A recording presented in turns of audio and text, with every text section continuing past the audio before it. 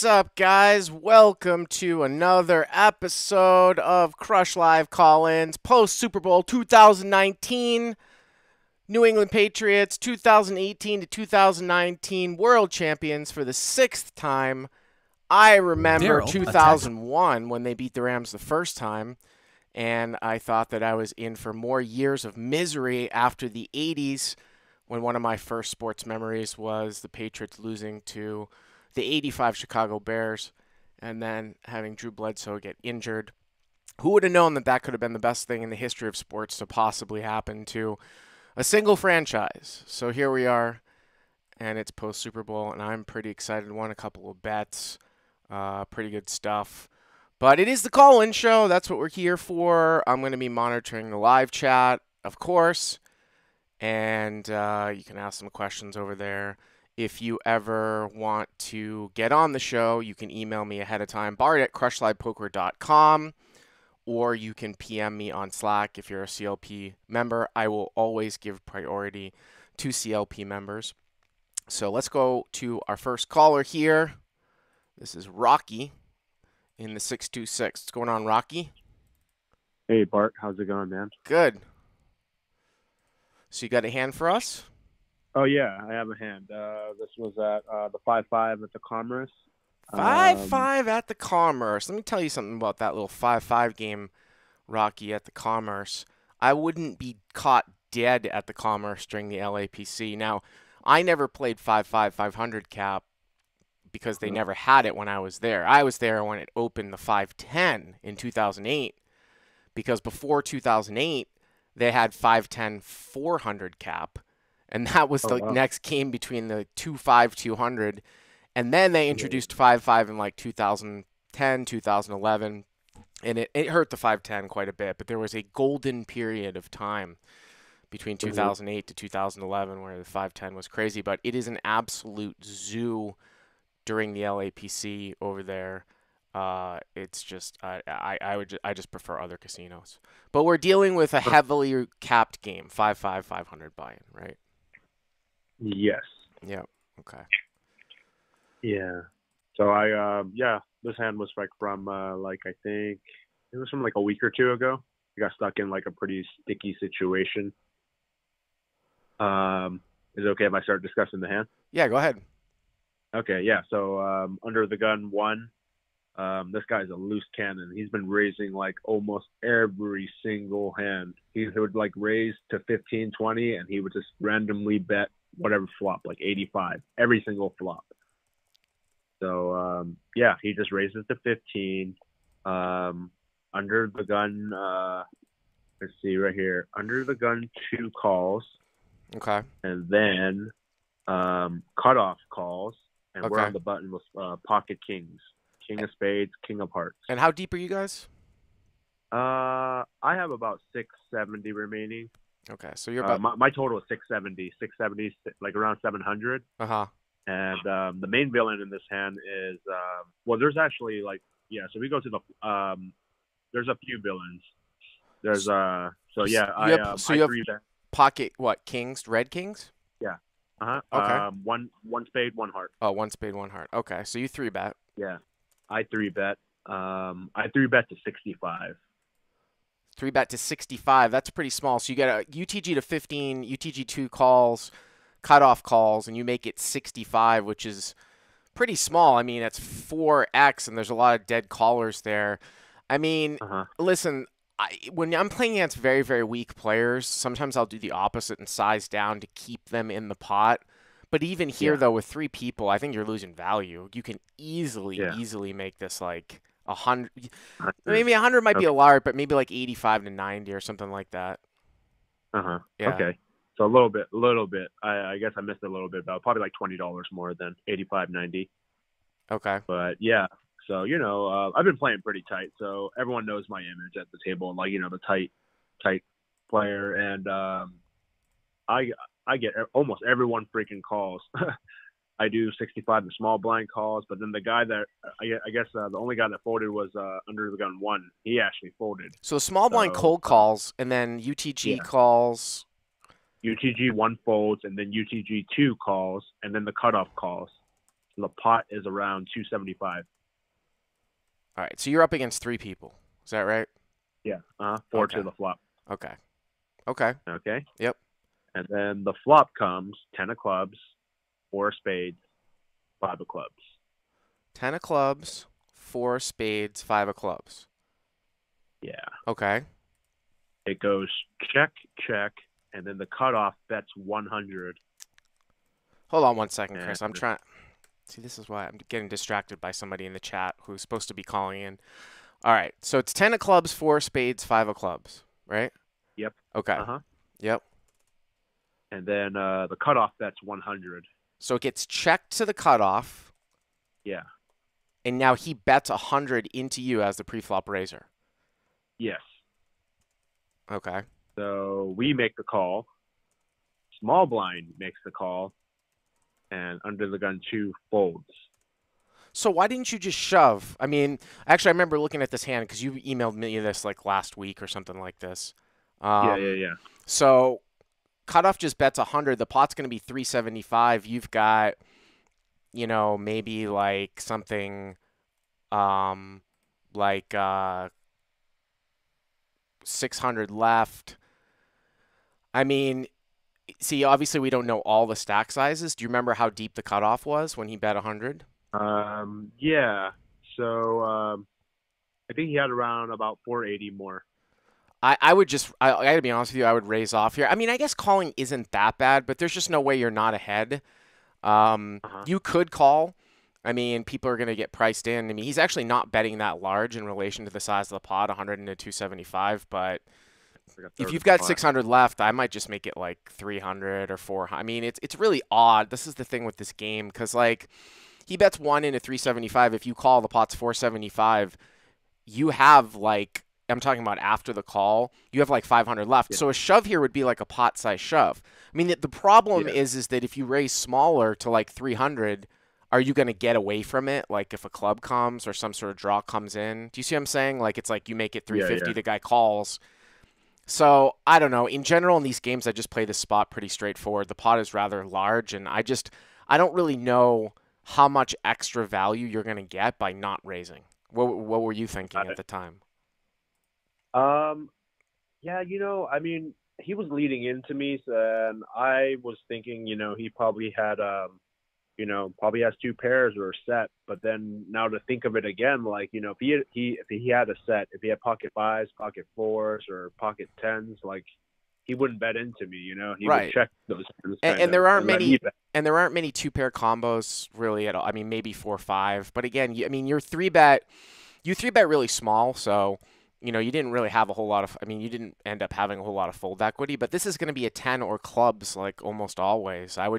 In this game, I would just raise off pretty much. So you call, the small blind calls and +2 folds. So now the pot is like 575 and you have like 500 left in your stack, right? Something like that? Yeah. Okay. All right, what's the turn? The turn was a jack of diamonds, and small blind checks, and the cutoff goes all in 480 more. Okay, so small blind checks, cutoff all in. I mean, obviously, just call. I mean, I don't know how much money the small blind has, but if you've played it this way, how can you possibly fold? Yeah. I end up. I tank fold. You folded? I folded. Why? I don't know. I just felt like I was beat. I don't mean this guy's. I don't mean to. I'm just saying like, but I mean, you just said so. You thought in the moment that he had what, like a set? The only thing that changes, the only thing that the jack changes now, okay, is the fact that he might have jack 10. But I don't buy the fact that he's going to lead in with jack. I mean, that's such a small portion of his range. Now, I don't know. Maybe you were beat anyways, but the jack is certainly not going to make me fold. That's for sure. Yeah. So what ended up happening? Everyone folded, and plus I had the small blind behind too, and he ended up folding too, and we never knew what the guy had. But after review, it was just like I guess there's a lot more hands that he can come up with or bluffs compared to like made hands, I guess. Oh, absolutely. He had more combos. He had way more combos of bluffs, like queen, king, clubs, you know, I just any ace club draw. 10. I think a lot of guys will do Yeah. this with like any club draw. So if it's 10 of clubs, 4 spades, 5 of clubs, it could be 4x of clubs, it could be the nut flush draw, you know, any club draw. I just see this as a play. And it's It even more of also a, could be a 10 too. I mean, it's weird that he would just decides to go all in on an offsuit jack, but who knows? He doesn't know yeah. what to do, and he just sort of jams it in. Now, I'm assuming if it got checked to you, what would you have done if it got checked to you? What if he didn't bet? What if he checked to you? Um, 575, I would have jammed. Yeah, so I that's would have that's why like that's why I don't 300. really see the real reason to just call on the flop with such awkward stack sizes. Um, Sometimes you're just going to have to live and die by overpairs and three bet pots in these games because a lot of times the open size is large, even though it wasn't really large, and you actually three bet kind of small. But you can just see like, I mean, once the pot is 275, you have two pot Yeah. size bets left. How are you going to fold kings on 10-4-5 with two clubs? You know what I mean? Yeah. You're not going to make a Yeah. ton of money folding. It's all about value in this game. Rocky, thanks for the Yeah. call. We're gonna go to Chris, and then we're gonna get Squish My Tomato, and then we're gonna go to Brian, who's on hold. Chris, you're up next. Chris, 801, right? Yep, that's How's me. it going? Good. Thanks for taking the call. You got it. Okay. So this hand's from Pachanga, 2-5. I just got moved from a must move pretty quickly. So I come to the main game at 560 effective. Is this cap a 500 cap or a 1K cap? It's a Pachanga. 500 cap. All right, so you're 560 effective. Okay. Yeah. When I come to the main game, it's pretty deep. So, um, lots of stacks over 2K. Okay. So I'm pretty short stack for the game. Yep. So this is maybe my fourth or fifth hand. Played through the blinds, and then I'm on the button, and we put in the button straddle on. Okay. So button straddle. A lot of people are putting the button straddle on. It's one of those ones where it Ultimate starts, last action or something.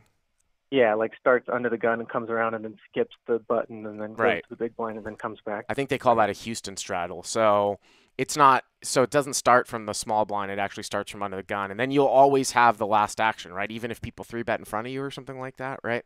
Like if Yeah, you UTG always get one last raises and then there's a three bet. It like if UTG raises and say like MP1 three bets, it goes back to UTG one, right? Before it even goes to you. Is that No, right? you just kind of play it. No, so it's a little bit different. Just kind of plays in order. Basically, it'll just go all the way around. If anyone bets, and then it'll skip you and go through the blinds and then come back to you, and then based on your action, it goes back under the gun. Yeah. So it's Yeah, a but little bit weird, wouldn't that be the case though? Wouldn't it skip you? If UTG opens for a raise and someone three bets them, wouldn't it skip you? yes, it does skip you. Goes small blind, big blind, and then back to you. Yeah. You mean it goes back to you before UTG decides whether or not they're going to Correct. call the three bet? Okay, so it's not an Correct, ultimate yeah. last straddle. Okay, so button straddle. So Yeah. that's a 10, right? The 10. Okay. Yep. So middle position, young Asian kid, with tons of chips, probably 3,000, big stack of blacks. He makes it 35. Okay. And folds back all the way to the big blind, who's a regular that I play with often, loose calling station guy. He calls a 25, and then it's on me in the button straddle, and I just decide to call with 6-8 of diamonds. So is it the big blind that calls or the straddle that calls? The big blind calls, Okay. and I'm the straddle on the button. Oh, excuse me. I was thinking the straddle was under the gun. So the big blind calls, and you have 8-6 of diamonds on the button straddle, and you call. Okay. Correct. The flop comes out 9 of diamonds, 3 of diamonds, 7 of clubs. 9 of diamonds, And- 3 of diamonds, 7 of clubs. So you flop an open-ended straight draw and flush draw? Correct. Okay. So a huge flop. Yeah. Yeah. I mean, I'm ready to get it in. Mhm. So it goes from the big blind checks, and then the pre-flop raiser makes it 65. And then I kind of do one of those live things where, like, I looked over, and the big blind was basically already ready to call, Uh-huh. which kind of affected me a little bit, and I wasn't sure if it should have, but I just decided to call and see what came on the turn.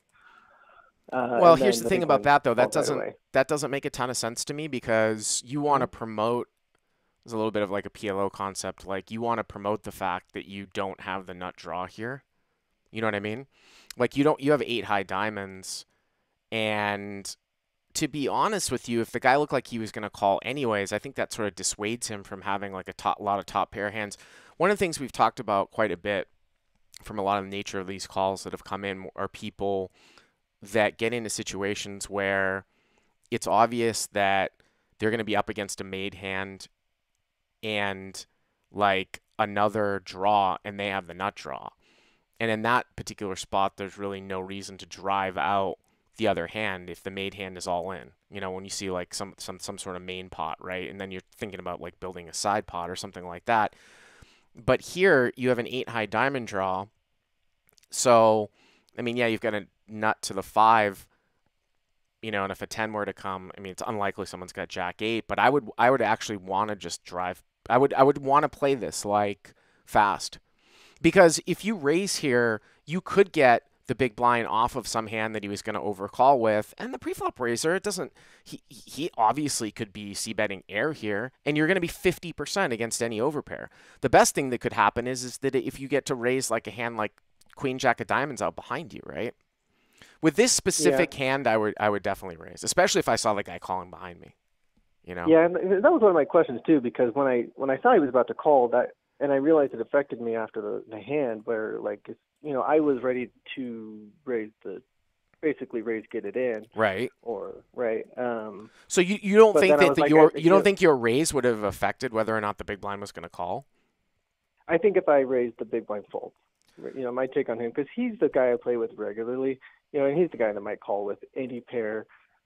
So you were trying to keep him in. Is that what the case was? Is that what you're saying? Yeah. In my mind, I was like, he basically didn't have a strong effect on me because either I'm going to hit my hand, you know, yeah, and, so, that was one of my points is that, you know, that I noted after the hand is that when I was like, well, I guess I want to keep him in, but then I wasn't sure if I did in that, you know, in that situation where I had such a big draw where, you know, he could have, you know, Jack 10 of diamonds or something like that has me in a weird spot. So the pot is like, we just put 200 in on the flop, right? So the pot's what, like 300 and change, something like that, right? What's the turn?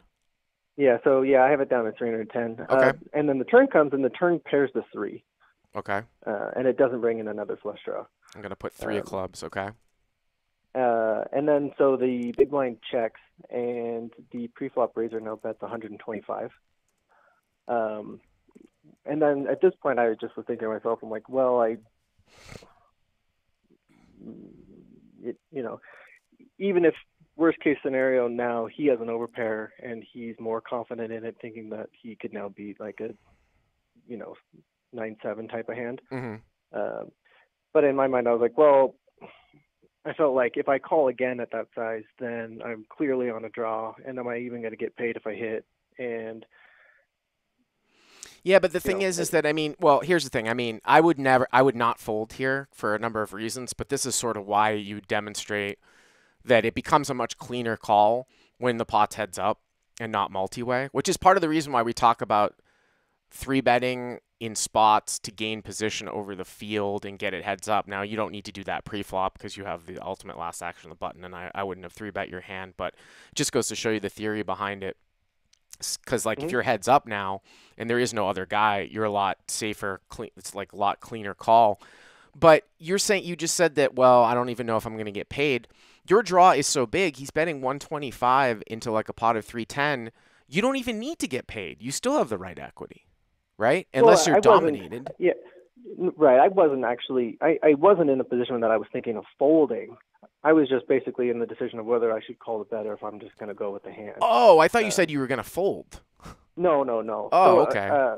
Right. So when he bets 125, I was in my position. I was just thinking, is it better to call or is it better? Because like in my mind, if I call and then a diamond comes, is he going to call when I shove? Yeah, but right? Wait a minute. You mean you're saying that you just want to? All right. So there's a couple things going on here. I could get on board with that if you thought that you needed to drive the big blind out of the hand because you thought he had like higher diamonds. But let's forget about that for a second because I'm going to read something into this, what you are thinking. You can tell me if I'm right or not. It sounds to me like you're saying, well, I'm just going to put the extra money in, even if I have no fold equity, because I'm not going to get paid off at the end against the preflop raiser if the draw comes in. And if that's what you're thinking, that's a little bit warped. Is that what you're thinking? Well, it was more of just I felt like calling and then missing and folding was too weak.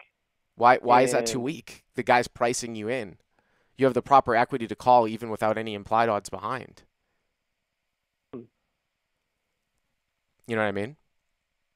yeah, Are you there? No, some people in the no, chat are saying if you're not raising the, this draw, when are you raise? Ryan Durkee says this. And listen, like I said, like I could get on board sometimes with raising the turn, sort of waiting to raise the turn because at this level, it's a stronger play and it yields more fold equity than raising the flop.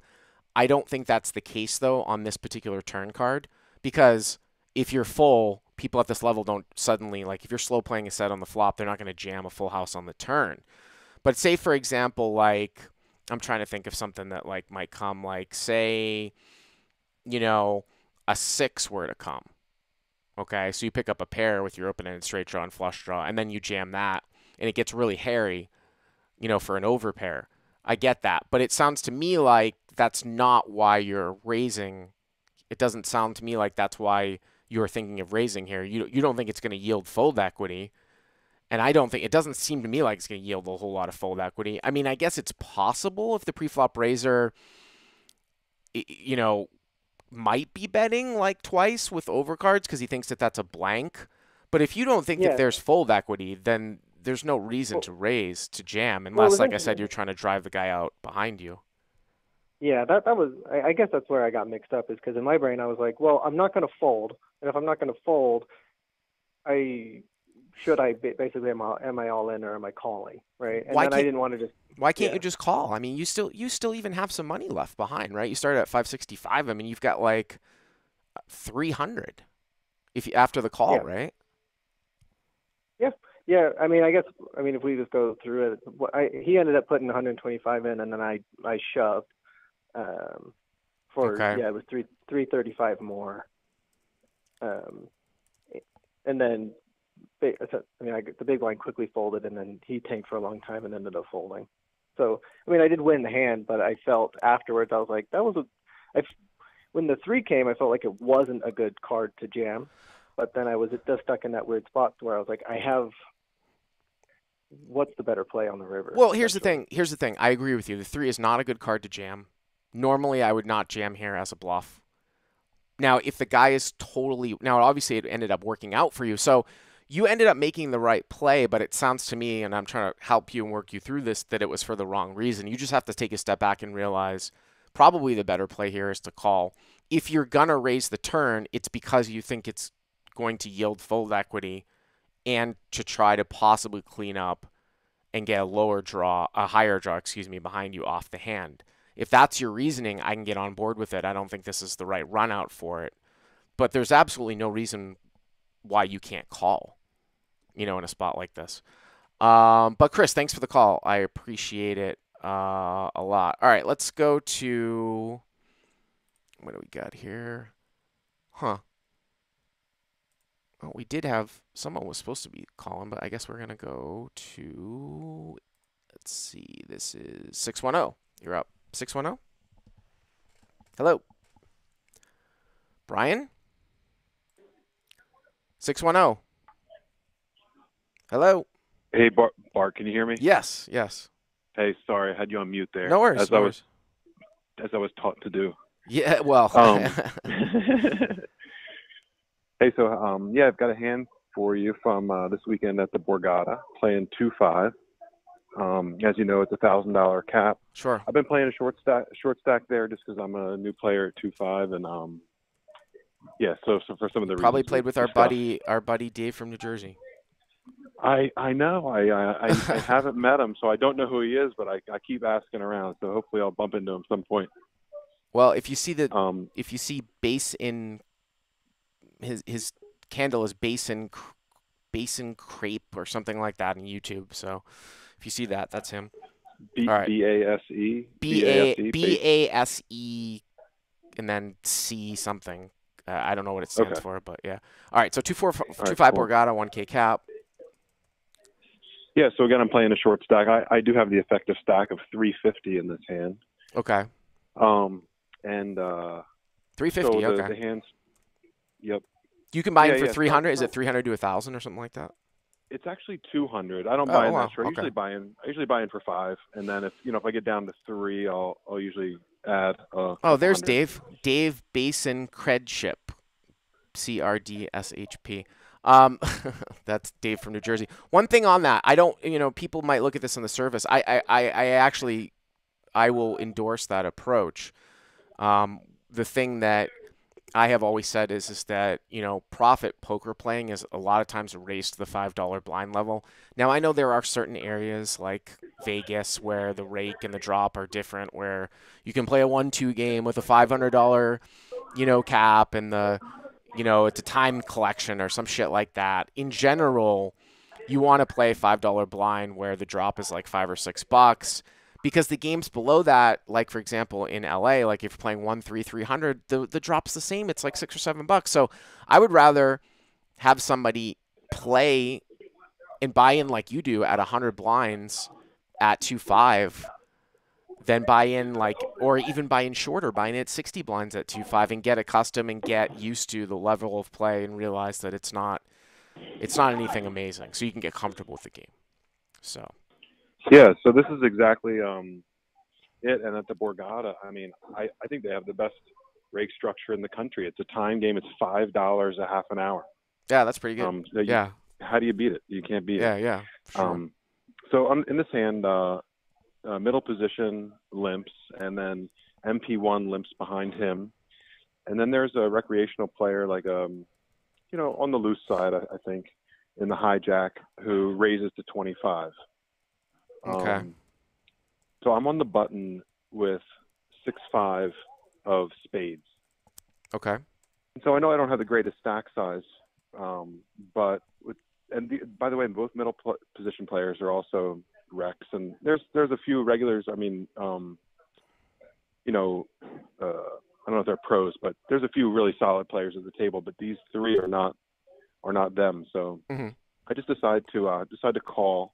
Okay. So your stack size. Your stack size is such that I think you're sort of handcuffed. You're on the button, and you're not like super deep, but this hand is probably good enough for a call. It breaks the 25x rule, which is like, you need to make like 500 from the hand, but you're 350 deep. So, I have no problem. If you want to deviate and not call, then only call it on the button. But you're on the button, so yeah, I have no problem with this call. And so I felt like, if two of the three players were stronger, then I would probably just fold. But I felt like, since I'm the competition, I don't feel like anybody's going to squeeze or limp re-raise from behind. So I figure it's going to go at least 3 or 4 way. Yeah.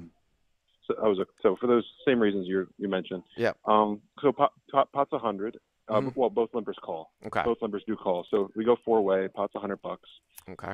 And the flop is the ace of clubs, the 4 of clubs, and the 2 of spades. Which is, by the way, different than my email. My email said 3 of spades, but it's actually the 2 of spades. Right. So repeat that again. Ace of clubs. 4 of clubs. Yep. 2 of spades. Right. Okay. So I flop a gutter and backdoor spade draw. Yep. Mm-hmm. Okay. So both middle position players check. Okay. And the cutoff, the pre-flop raiser, the cutoff bets 35. Oh, I have it down as was the hijack or the cutoff that raised? I guess it doesn't matter that much. I thought you said hijack. Doesn't matter. Yeah. Sorry, but yeah, either way, let's just call him the cutoff. Doesn't matter. All right. So the cutoff bets. Who's the pre-flop raiser? How much? 35. 35. Yeah, and I'm on the button. He was the hijack. Sorry, but it doesn't really matter. Okay, so he's in the hijack. To be honest with you, I would just at your stack size with the 2 people in front of you, I would just fold.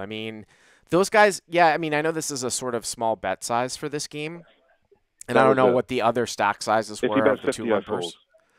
Well, I don't know what the other stack sizes were of the 2 limpers in front, but I don't know if they were short. Maybe he was betting. No, they weren't short. I mean, still like 35 into 100. I mean, you don't know what the other two guys are going to do. If you were heads up, yeah, you can definitely call, right? He's might Okay. check the turn, but this is the nature of sort of this multi-way responsibility that we talk Yeah. about, and you just have to play tighter in multi-way pots. You know what I mean? You don't know what the guys in front are going to do. Yeah. Yeah. And if they raise, I'm kind of screwed. Yeah. Yeah. Anyway, I do call, and both middle position players fold, and so the pot's 170, and the turn is the Jack of Hearts. So I'm pretty much looking to give up, you know. But the cutoff bets small again, or the hijack. The hijack bets small again. He bets 40 into 170. Okay. So I guess I'm supposed to fold, but I couldn't, and I called. Well, What I do mean, you I think remember about it? seeing How bad is that call? the whole thing sort of smell. I mean, the problem is that unless you 2008. were planning on representing clubs, but here's the issue when you get into these little spots, like when you see these sort of small bets, the guy might have clubs himself, although Right. he is the preflop raiser, then that tends to be more of a field betting play where guys like sort of lead small, but it doesn't seem like he Yeah, has but a big hand or he's got a draw too, so I think you can agree. just Like, give it up, you know? yeah, maybe I should. I mean, a lot of guys, I see this all the time. You know, 1-3, 2-5. They bet small with their draws because they just want to build the pot in case they hit. But yeah. So anyway, I did call, and yeah, the plan was to bank a 3 or represent clubs. So you were And you're so I planning on called. representing clubs, basically. Yeah, I mean, I didn't know exactly what yeah, yeah, that was Well, it. I mean, it's probably a pretty good idea it's a week. to know. Yeah, I know. No, I definitely was going to represent clubs. That was the plan, and they have the 3 out too. So I call the 40, and so the pot's 250, Yep. and the river is the king of clubs, and he checks. So I have a no-brainer shove on the river. But I wanted to see, and which is what I did, and I wanted to see, you know, how weak my other plays were, because you know these are the kind of hands that add up over time to. Sure.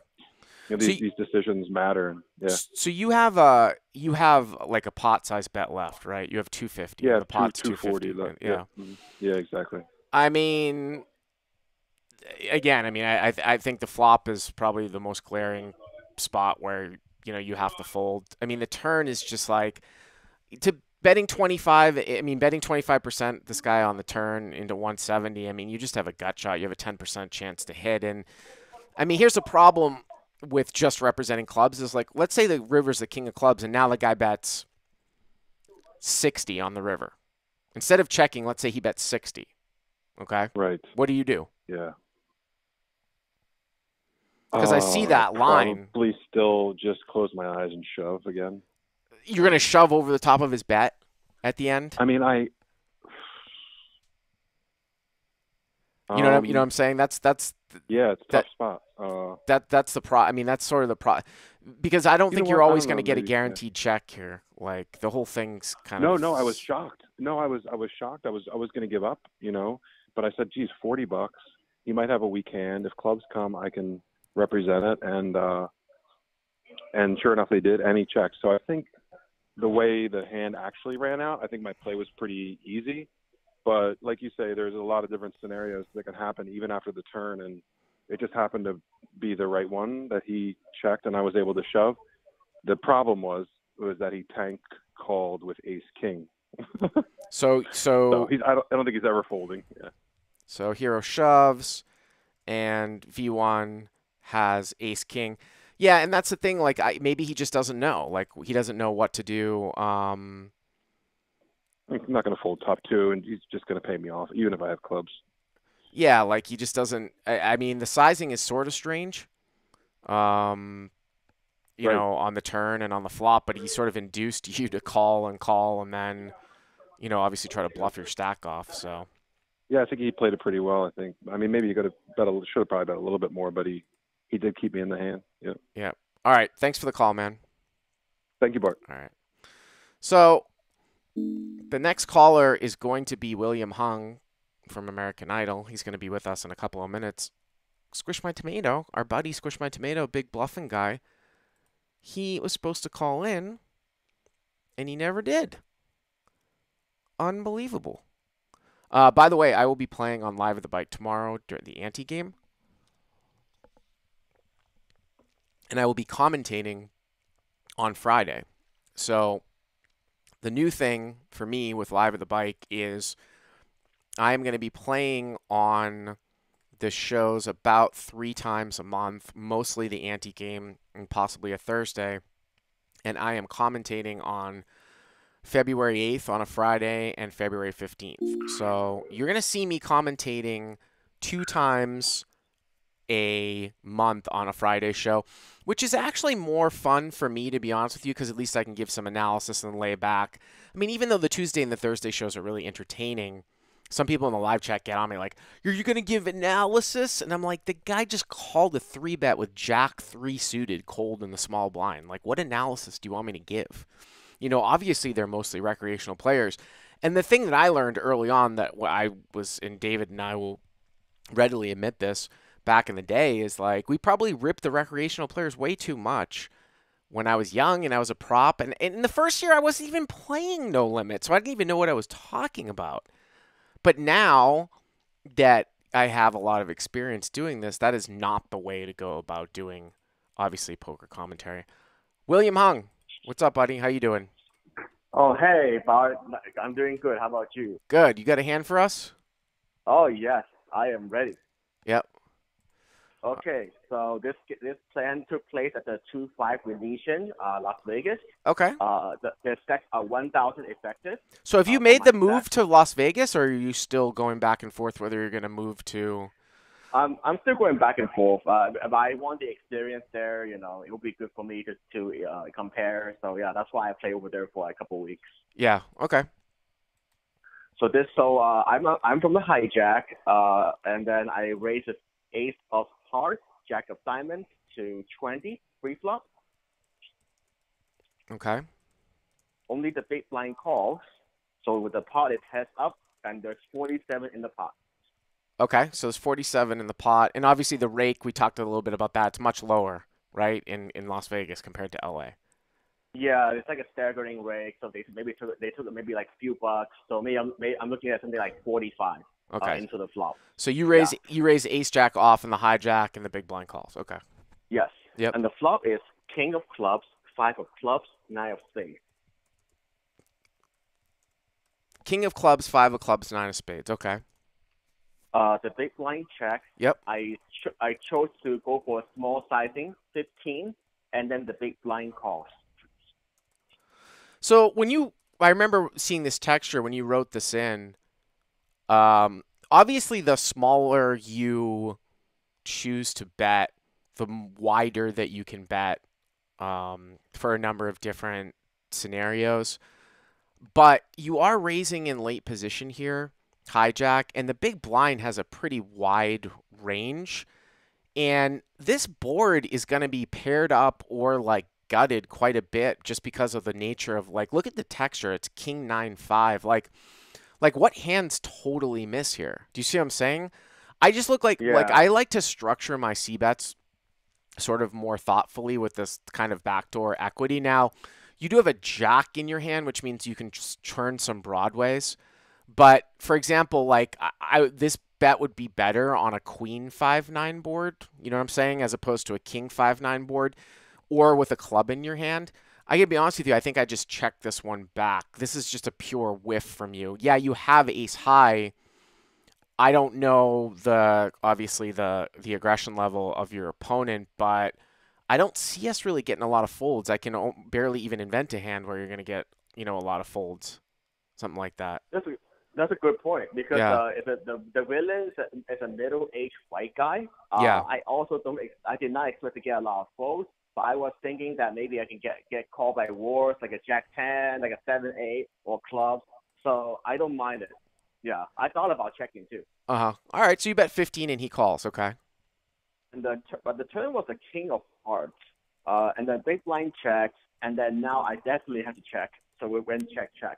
All right, so the big blind checks and you check back. And that's it. And, you know, another thing too is that, and it's something that I've definitely sort of added into my game. Like, say for example, the lower the pair that you have on the flop, I think this is a good sort of just like fundamental c-bet hand, right? King 5-9.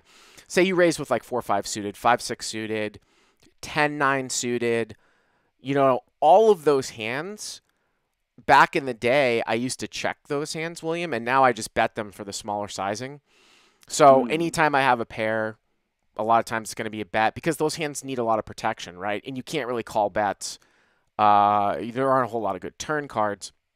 But the point that I'm making here is that then you have to check turn, which is fine. So you can bet a robust range on the flop for small sizing, but you do have to do a lot of turn checking, which obviously I think is fine. So we go check, check. Yeah, and the river was very interesting. Okay. The river was the ace of spades. The big blind checks. I decided bet for value, really small, 25 into 72. Okay. And then the big blind check raise to 105, and then I don't know what to do. Okay, so check, check. Now the river's an ace of spades, right? And now he checks. Yeah. So, I mean, the pot is about $60, right? Something like that, 20, 40, or, 65. You decide to bet 25 here, and now he check raises you to 105. I mean, I wonder if your small sizing might have induced anything. I mean, as a default, to be perfectly honest with you, there's, you know, obviously the frequency of somebody check raising on the river is very, very small. The thing that I don't necessarily, I mean, put it this way, like, if the river was some blank card, right? Say instead of you having like ace jack, you had like pocket queens, okay? And you took the same line. Bet flop check turn. And now the river was like a 4, an offsuit 4. And he checked and you bet and he check raised. That would be more full of shit to me if the river was a 4 with a hand that you were betting for value. Because if he has a king, like he's not going to expect you to bet. But here, with the river being an ace, a lot of people in your spot will try to represent an ace, right? If they have air, or they might be thin value betting like you are here. So I can certainly, it actually does make sense that he might have a king here in this particular spot. Now, I mean, you bet 25 into a pot of, 65, so that's 80, and then he makes it 105, so it's like 195, like 80 to call, something like that. You're getting 2-1. Yeah. I would probably just give this one up. The only thing that I will say is the other thing you got to keep in the back of your mind is that he could be very wide. So when you start with small sizing like you did on the flop, he's going to have a lot of hands. Whereas if you had just bet like 30 or 40, his flop calling range is a lot thinner. It's not as wide as it is now. So because he's calling with a lot of hands, he ends up with a weaker range on the river. So sometimes he might end up with sort of bottom end gut shots that he would never have thought you would call the flop with because of your small sizing. So that's one argument where you're supposed to be calling a lot in this spot because you use small sizing on the flop and you use small sizing on the river.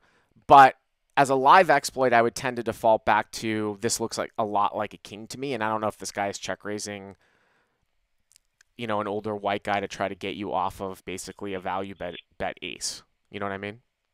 Yeah. So what ended up happening? I thought about it and I ended up calling. And then he did have the king.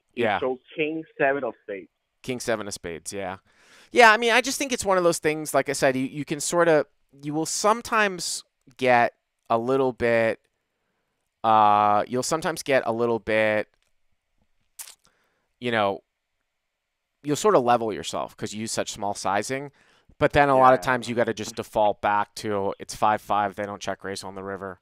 But I like that. Thanks for that. Thanks for the call, William. Appreciate it. Thank you.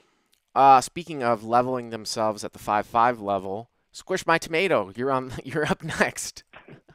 Hey, sorry, Bart. I completely forgot. I was completely spaced out. I was supposed to call in. No, that's okay. We got we have you, and then we've got another guy from Missouri actually, and then that's gonna end the show. So you got a 5-5 hand for us, huh? Yeah, I've got a 5-5 hand for Okay. you. Sure. A villain 1, unknown recreational player. Just seems I've only been playing with him for 30 minutes. I don't know much except he's an obvious recreational player. Is this at Hustler? Hustler 5-5? Yes, at Hustler. Okay. Hustler 5-5. So how do you? So just a little backstory before we get into the hand. That you obviously have been playing big quite a bit in the last 18 months. You've sort of run bad, and now you've decided you want to get volume in. So you're just sort of taking a step back to 5-5, 1K, which is like very, very easy, or it's not as stressful. Like, how is it going? Like, what's your take on moving back down for a little bit? I mean, there's definitely adjustments. I mean, I had played probably 2,500 hours, 3,000 hours in LA before I moved up to 510, like full time. Yeah. So, there's definitely adjustments. I'll do stuff in 5-5 that I would never do in 5-10. For example, like donk leading the pot on the turn, right. or like just donking rivers from up front. So yeah, I'm definitely doing stuff like that because I feel like you have to do that stuff to have the max win rate at 5-5. Sure. People just aren't value betting thin enough. But yeah, I mean, it's the 5-5 seems like the same game as it's always been. It hasn't really changed, at least in my experience. Okay. So this hand, how deep are you guys? Villain 1 has about 780. Villain 2 has about 1,180, and okay. I cover both. Villain, a guy who's inconsequential, limps under the gun. Villain 2, who I would describe as, he's playing probably 40 to 50% of hands, like limping in pre-flop. Yep. He's very aggressive with his draws. He probably doesn't value bet thin enough, but he does play his draws fast as well as his value fast. So he limps early position. I have pocket 8s on the button. I make it 35. Villain 1 calls in the big blind. The under the gun limper calls, and then villain 2 calls as well from early position. So we're 4 ways to the flop. All right, let me ask you one quick question as I get this down. Villain 1 in the big blind calls, UTG calls, right? Yes. And +2 calls, or whatever. Yes. Yeah, +2 calls. Yeah. So you know that I'm doing this 5-5 challenge that I've talked about, where I'm going to probably play 10 to 15 hours, I would say a week for quite some time, maybe 6 months. And because you have so much experience with this, what is your raising range after 2 limps in this spot like this? Now, I've always said that for me, it sort of defaults back at 5-5 to a level of what I would open from up front. Would you over limp 6s or like 7-8 suited over 2 limpers? Like, what's the threshold for you when you see 2 limpers? It kind of depends. If it's like a 75-year-old white guy who's limping from up front, my raising range is going to be different than like this particular villain who's just limping in like half his hand. If this guy's limping in like 4-6 offsuit from up front. Okay. So I'm going to raise like much wider. Right. In this scenario, like pocket 8s for me is like a clear value raise. I mean, I'd probably like 6s plus here for me, and then probably like 7-8 suited plus, I would think. But you would over limp small pairs and hands like maybe 4-6 suited and 5-7 suited, right? Things like that, I imagine. Yeah, I think that's fair. You also have to worry about these guys that limp re-raise too, right? That just limp to try to limp re-raise. Like they pop up in 5-5 quite frequently. Yeah, exactly. Yeah. Exactly. All right, so we see it 4 ways, and the pot's $140, right? And you've got the lead with 8s on the button. Yep, and the flop comes Queen, Jack, 8. The Queen and the 8 are diamonds. Queen and the 8 are diamonds. I'm going to put Jack of clubs. So you've got bottom set. Yes. Okay. So it checks to me.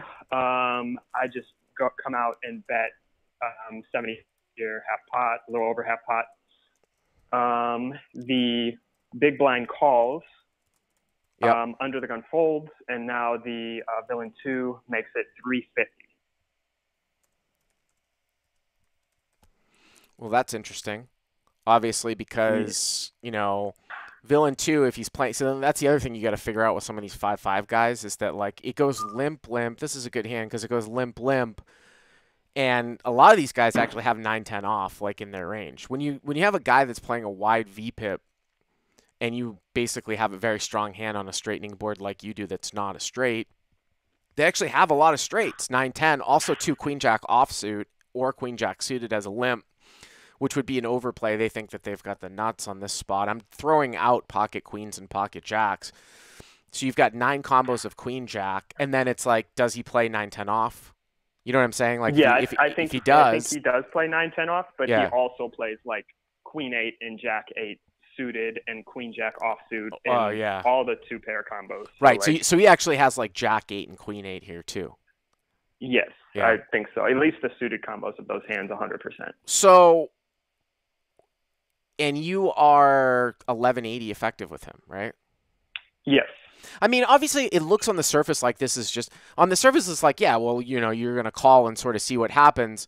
From what you're telling me, I guess it might not be like that crazy to just get it in if the guy is that wide and you think he's overplaying. I mean, for me, usually I'm gonna call, but I can see some sort of large exploit against someone that has absolutely no idea. Get it in, what, you know, bet three bet the check raise. A thing that you would never do squishy, like, right, at 5-10 plus. Yeah, never. And that was actually a consideration here because I thought, like, he's just never folding 2-pair. Right. Like, if I jam, there's no way he's folding 2-pair. But right. I do think, you know, because I have pocket 8s, that he has more combos actually of 9-10 off than he does 2-pair hands. Yeah. Yeah. I mean, definitely. So I assume you call then, right? Makes it sound like you call. Yeah. I called, and now the big blind immediately moves in for 780, and now the villain 2 immediately moves all in for the rest of his 1180. Well, you have a snap call now. I think you're in like one of the best positions you could ever be in here, right? Because no one's got pocket queens or pocket jacks. I guess maybe you're thinking like, oh, if one of them has queen jack and the other's got 9-10, you're fucked, I guess, is the consideration. Exactly. Yeah. Exactly. And it's just like, does either one of them have enough of, like, you know, jack X of diamonds or the nut flush draw to well, what if they both have 9-10? Yeah, I mean, if they both have 9-10, I'm in great shape. I mean, so what's the math here? Like, how much is the pot and how much to call with the larger stack? So it's like 780, 1180, so 3. It's 1180 minus 350 to call. So that's like 830. Yeah. 830, and then so the pot is 1180 plus 780. The pot's got to be over 2,000, right? Plus the 350, yeah, plus 140. So the pot's like 2,500 ish, and I've got a call. Yeah, you're getting over 3-1. I mean, even but I mean, I really need like 3-1 to call here. I think. You think you just only need 3-1 to call? So, you know, if they both have 9-10, you know, having a set in this spot is like having basically a flush draw. It's 8 and then 10 out, so you only need 2-1. The question here is that how often they're going to have queen jack. Just off the top of my head, if you're up against 9-10 and queen jack, I'm trying to think of like what your equity is to win. It's probably not that high, right? You've got 1 out to an 8 and then another 3 board pairing turn cards. So it's like, I've got like 4 outs. So you'd be you'd be in very, very bad shape. Like you'd be in the teens. Or actually you'd be probably less than that. I mean, you might even be like 10%, 1 out and then 3 outs. The average would be like 2 outs because you could be like 10%. So yeah, I mean, I would look at this and you'd be like, well, this is how I do like sort of weighted combos in my head. It's like, well, you know, if we're up against 9-10, right, we're about 35%. So let's say we were only in that worst case scenario, you know, rarely, meaning that we're going to have 35% equity, like twice as much as the times we're going to have 10% equity. So what you would do is you would just do 35 plus 35 plus 10 and then divide by 3 to find your average equity. 80 divided by 3 is what, like 27? Remember, 3 to 1 is 25. So as long as they don't have Queen Jack and 9-10 as the hands, as long as like that's not, as long as they have other hands twice as much as them having Queen Jack and 9-10 specifically, you can call, right? You need 25% equity. So okay, I would call. I mean, I would call. That's kind of what I did in my head, and I figured it was like close, but I had, probably between 3 to 6% more equity than the odds I was getting. So I did call. And they did have Queen Jack and 9-10. Sucks. But I thought the flop the flop spot was interesting as well, whether to jam or just call. That was kind of. Pierre Anthony says, how come the flush draw isn't discussed here? Well, we did discuss it a little bit. Obviously, if someone's got a flush draw, then Squishy's in great shape, right? You just you just can't have Queen Jack and 9-10. That's it. If Queen Jack and 9-10 as both their hands exactly are not present all that much, you can call. I think that's what we basically broke down. If someone's got a flush draw and someone's got 9-10, it makes no difference, right? It's good for us. It's the same thing of them both having 9-10, right? Who was the guy that had the Queen Jack as the overplay? Which one? Queen Jack was the big blind, who had just flat called and then just went with it. So the big blind called your bet as a slow play. Then the guy in the middle check raised, you called, and then the big blind just went for it, and the other guy actually had 9-10. Yes, and then the turn was actually a jack. So I thought there was a chance I was good, but yeah. Nope, the run good continues for me. Yeah, but you probably, I mean, so you still like the games in St. Louis more so far? At least the 5-10's more consistent. I just prefer to play during the day instead of playing late at night, and I feel like now in LA, to at least to play like good 5-10 games, you just have to play late at night. Yeah, that's true. So. That's true. All right, man. Thanks for the call. Appreciate it. Guy from Springfield, Missouri, 417. Thank you. What is this? John travels to Asia on Slack. Is that right? Yeah.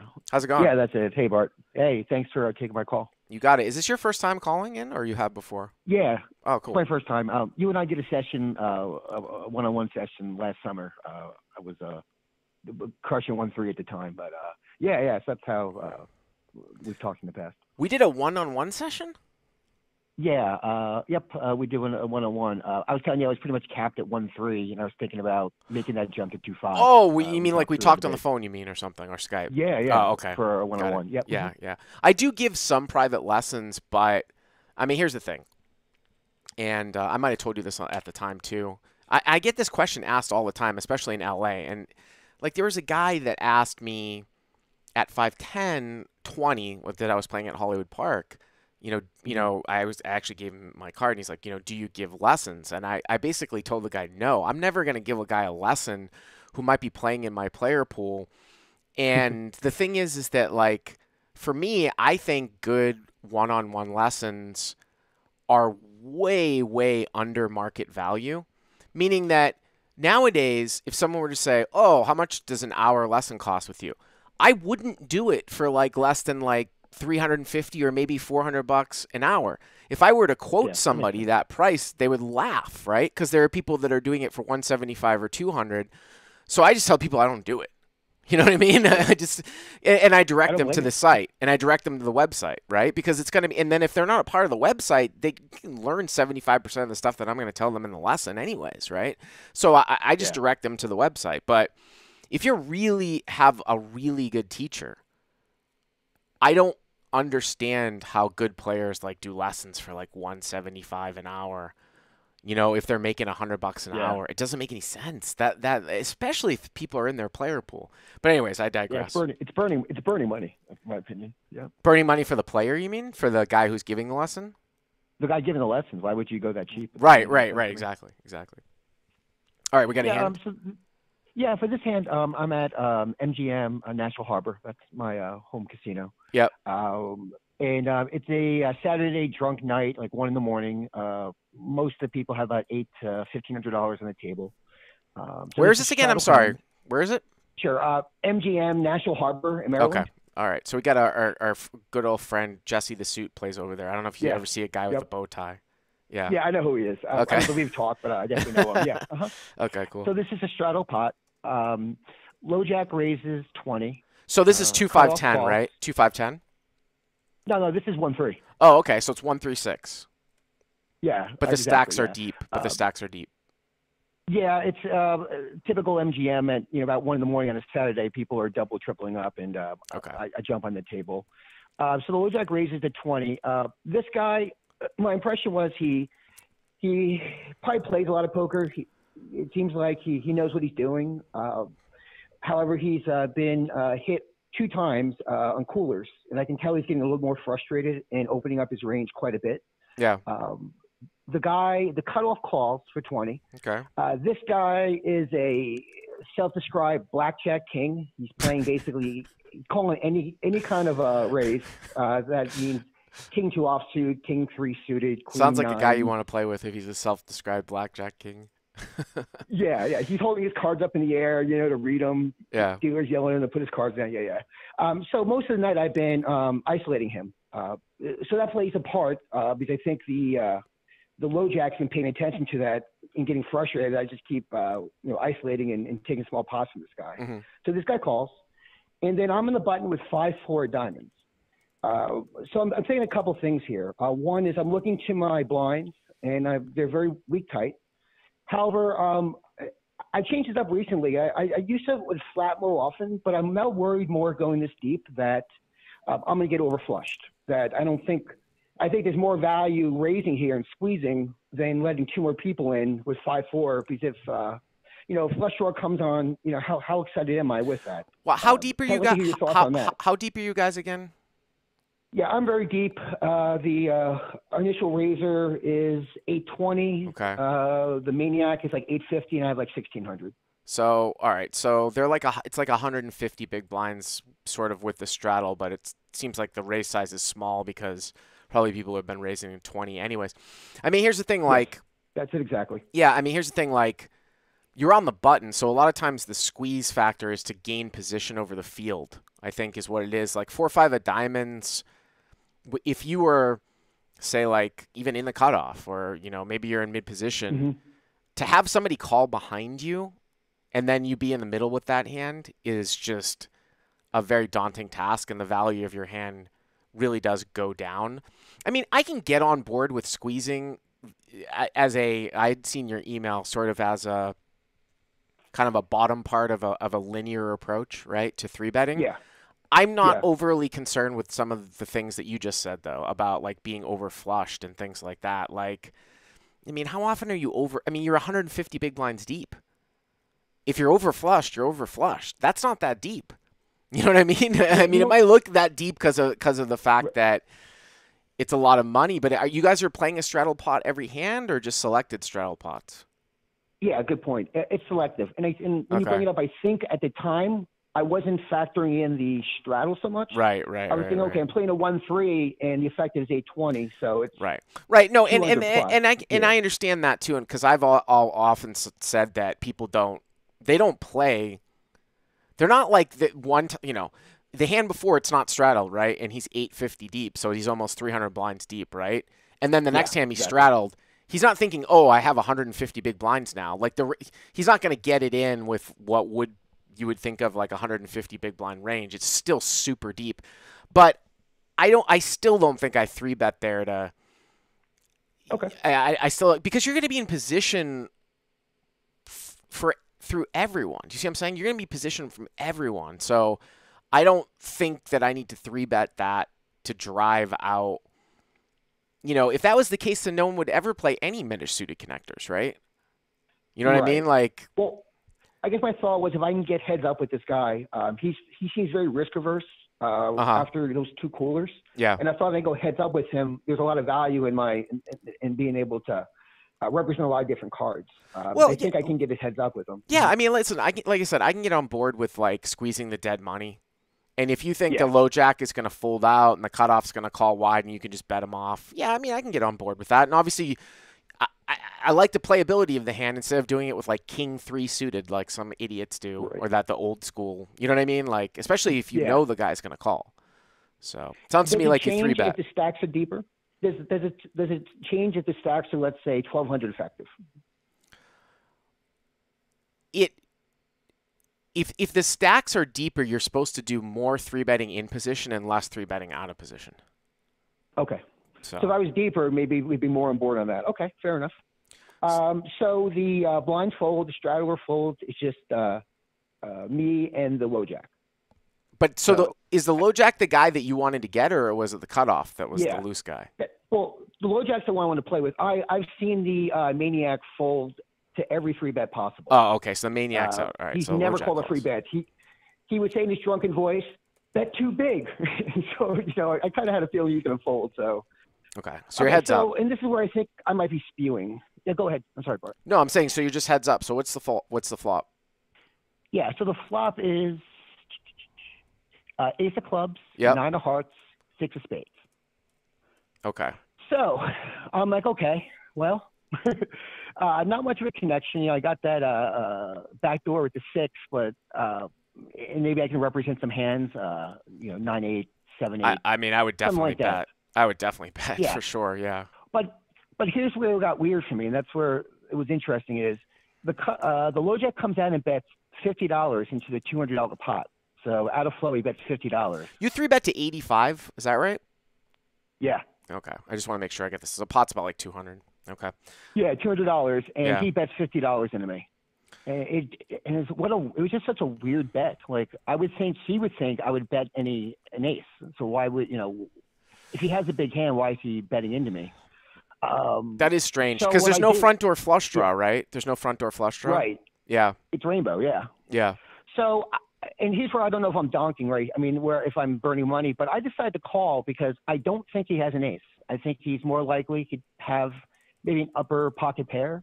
And I think that if he checks to me on the turn, I can take it away. And I want to get your thoughts on that. I really don't have much. Is calling 50 burning money, or is it not if I'm playing to try to take it away on either a small bet or a check on the turn? I think that if you want to do this, we just want to be a little bit more let's look at the composition of the board. Like, if you wanted to occasionally call, then I would do it on this board where there was, like, 1 diamond. I think this is just a little bit too far-reaching. You know what I mean? So like, you just when you look at the really good no-limit players, there's always, like, a method to the way that they structure what they do with their hands. Like, when you look at Art, you look at a Brian Kim, they're not doing just random, I don't think this guy has anything, I'm going to float with any 2 cards. There's always a structure to it. You see what I'm saying? And there's always a structure to, double barreling, what hands to continuation betting, like as an art. Like if you heard the call from a couple calls ago about how to structure, right, with William Hung. So I think that this is a little bit too light. As an exploit, normally I'm with you on that. This is not a typical play. It's just that $50 really threw me off a bit. It made me really think. What is he doing with that? So as an exploit.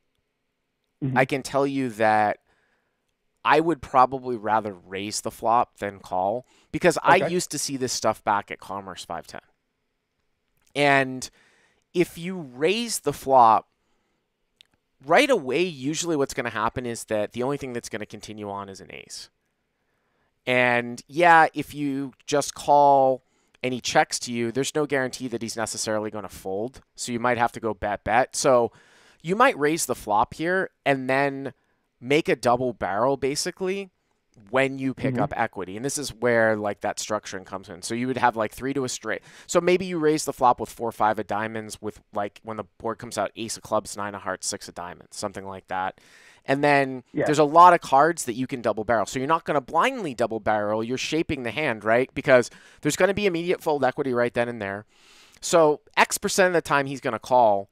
But you have a hand where now you're going to bet your open-ended turns, your gut shot turns, your backdoor diamond turns, not just blindly blasting off. Do you see what I'm saying? There's going to be like a structure to it.